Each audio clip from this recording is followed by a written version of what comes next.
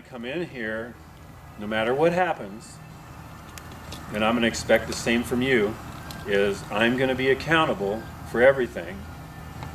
And in your case, I'm going to back you up. So I'm going to help you be accountable. I don't have anybody to help me. I have to be that way on my own. But that's how you avoid bad situations.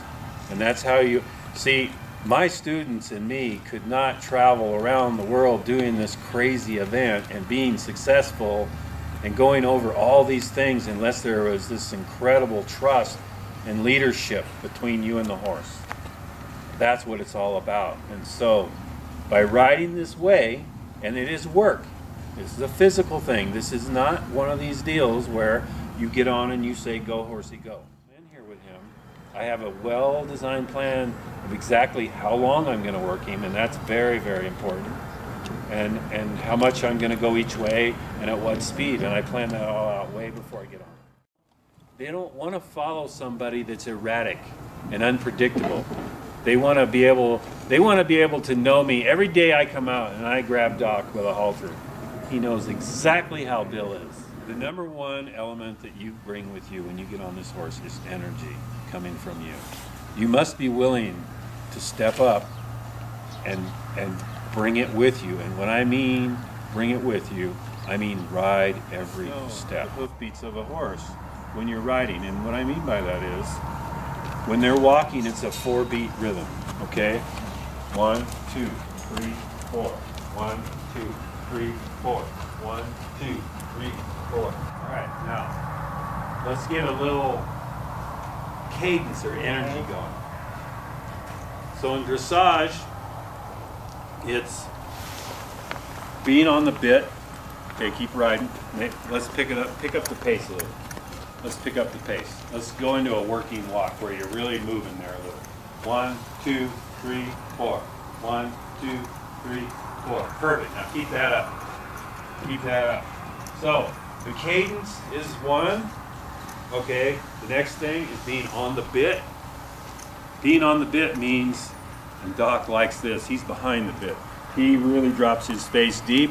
That you want a horse to drop their face. Drop their nose. Your knees are always bent and your heels are always down. That's what keeps you on the horse.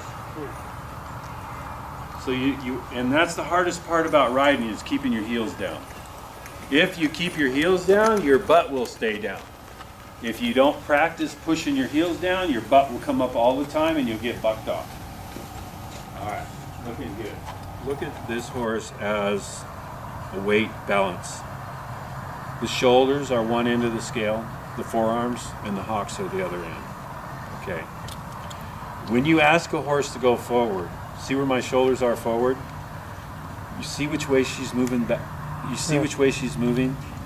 She moves backwards. Yeah. Okay. When a horse feels your shoulders come forward, the first instinct is I don't want to go forward anymore because guess what? I'm already burdened up there. I carry 80% of my body on my shoulders. I do not want to go forward anymore, but I will back up because that's the easy. Always keeping my hands in this zone right here, okay? And never using my arms on the horse so that my hands stay unincorporated and completely separate of my body, and I'm not riding with my hands in my body. So I'm always keeping my arms straight and I'm not using that part on their mouth. If I want to cue them or ask them for their mouth, just like that. And when I hold the reins, I don't hold them in my hands because I can't be light enough. So what I do is I hold the reins on my fingertips, my thumb and 3. In order to use your leg on a horse, you have to flex your leg, first of all, so that there's some feeling to it for a horse. What I mean by that is you push your heel down and you curl your toe up, and that flexes the muscle on your leg.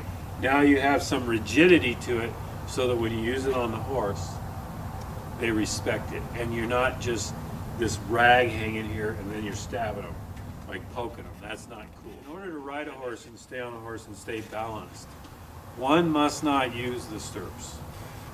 One must ride with their knees bent, their thighs relaxed, their heels down, and their ankles on the horse. So that when you're approaching an obstacle, and you get this, you're there.